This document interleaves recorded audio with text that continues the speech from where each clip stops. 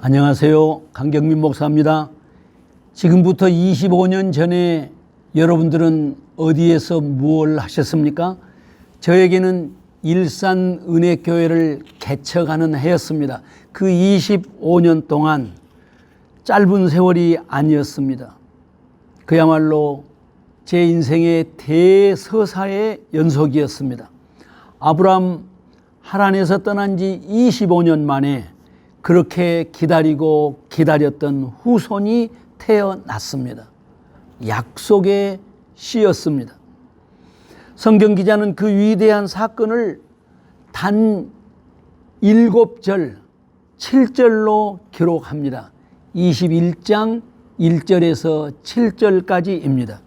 21장 1절에서 여호와께서 말씀하신 대로 사라를 돌보셨고 여호와께서 말씀하신 대로 사라에게 행하셨다고 증언합니다. 그 아들의 이름을 이삭이라고 지었습니다. 웃음이라는 뜻입니다. 여호와께서 말씀하신 대로가 1절에 2번이나 반복이 되지요. 이삭의 탄생이 하나님의 언약, 약속의 열매라는 것을 강조하고 있습니다. 약속이 성취될 때 아브라함은, 사라는 기뻤습니다. 즐거웠습니다.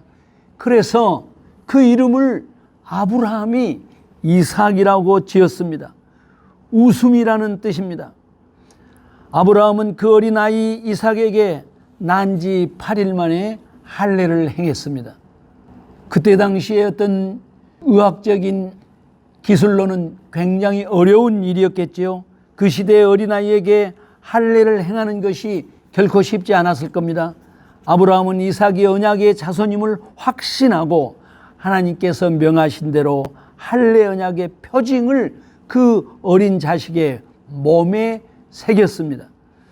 사라는 이삭을 주신 것이 자신에게만 아니라 아브라함에게도 기쁨이 되고 다른 모든 사람에게도 기쁨이 될 것이라고 고백하고 있습니다. 이삭, 만일에게 기쁨이 될 거다. 웃음을 줄 것이다. 이렇게 믿었습니다. 그런데 인간 사회의 현실은 결코 녹록치 않았습니다. 이삭이 자라면서 예상하지 못했던 문제에 부딪혔습니다. 하갈을 통해서 낳았던 그 이스마엘이 이삭을 놀렸습니다. 이때 이스마엘은 아마도 15살 안팎이었겠죠. 철이 들었다고 말할 수도 있고 철이 아직은 덜 들었다고 말할 수도 있겠지요. 단 한 번이었는지 여러 번이었는지 그것도 정확히 알 수 없습니다. 아무튼 사라가 그 장면을 목격하고 견디지 못했습니다. 견딜 수 없었던 사라의 마음도 이해는 가지만은 또 성숙한 마음은 아니지 않았겠어요? 사라가 아브라함에게 강력히 요구합니다. 하갈과 이스라엘을 집에서 내쫓아라. 이 여종의 아들은 내 아들 이삭과 함께 기업을 얻을 수 없다. 이삭이 태어나기 전까지 대략 한 14, 15년 동안 아브라함이 이스마엘을 얼마나 예뻐했겠습니까? 그런데 이삭은 하나님께서 보내신 언약의 씨입니다. 단순한 인간적 정리로만 생각할 수는 없습니다. 아브라함의 고민이 깊어졌습니다. 드디어 하나님께서 응답하셨습니다. 하갈과 이스라엘을 내 집에서 내보내라. 이삭은 약속의 씨다. 둘이 함께 할 수 없는 그 현실을 하나님이 아셨습니다. 그러나 하나님은 이스마엘도 번성케 하시겠다. 이렇게 보증해 주셨습니다. 이것이 바로 하나님과 인간의 근본적인 차이지요. 하나님께서 이삭을 언약의 씨로 예정하셨고 그 예정대로 그 말씀대로 다 이루셨어요. 그러나 이삭에 대한 하나님의 섭리와 사랑 때문에 이스마엘이 배제되지 않습니다.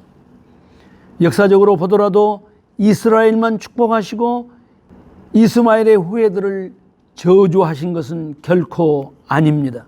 그런 것은 인간적인 관점이거나 한 가지 측면만을 너무나 강조한 그런 결과입니다. 아브라함은 하나님의 약속을 믿고 하갈과 사랑하는 이스마엘을 자기 집에서 내보냅니다. 아마도 가슴이 미어졌을 것입니다.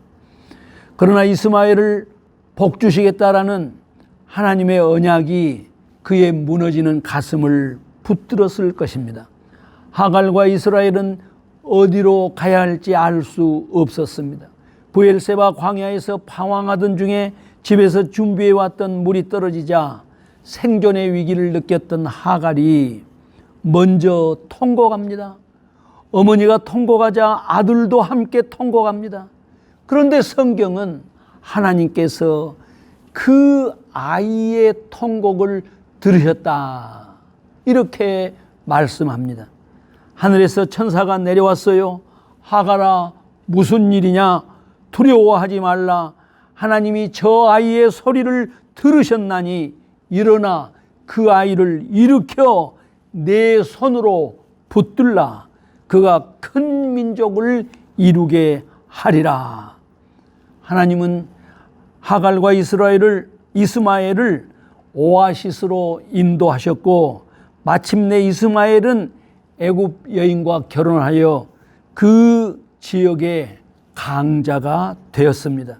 은혜와 긍휼이 풍성하신 하나님의 은혜였습니다. 아브라함과 사라의 하나님은 하갈과 이스마엘의 하나님이십니다. 하나님 나라를 위해 이삭을 선택하신 하나님은 이스마엘을 결코 버리지 아니하셨습니다.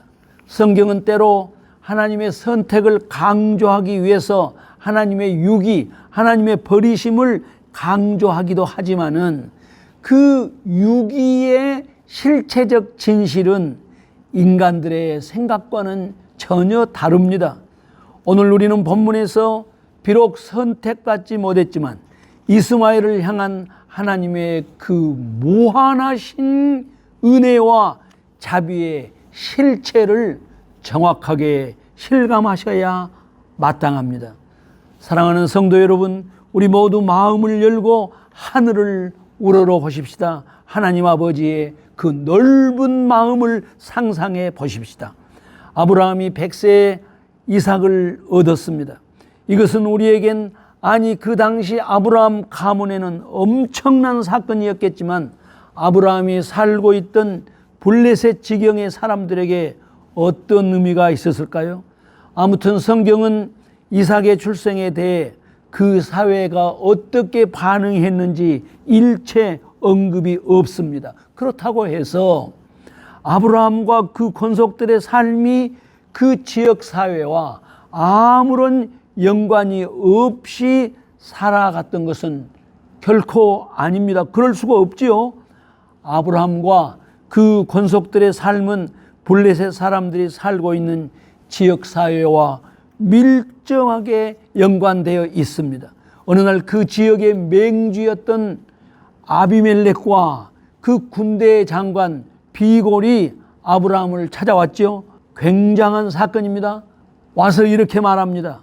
내가 오랫동안 당신을 보아왔는데 당신이 무슨 일을 하든지 하나님이 당신과 함께 하심을 내가 보았노라. 지금은 우리가 강자이지만 훗날엔 당신이 강자가 될 수도 있다.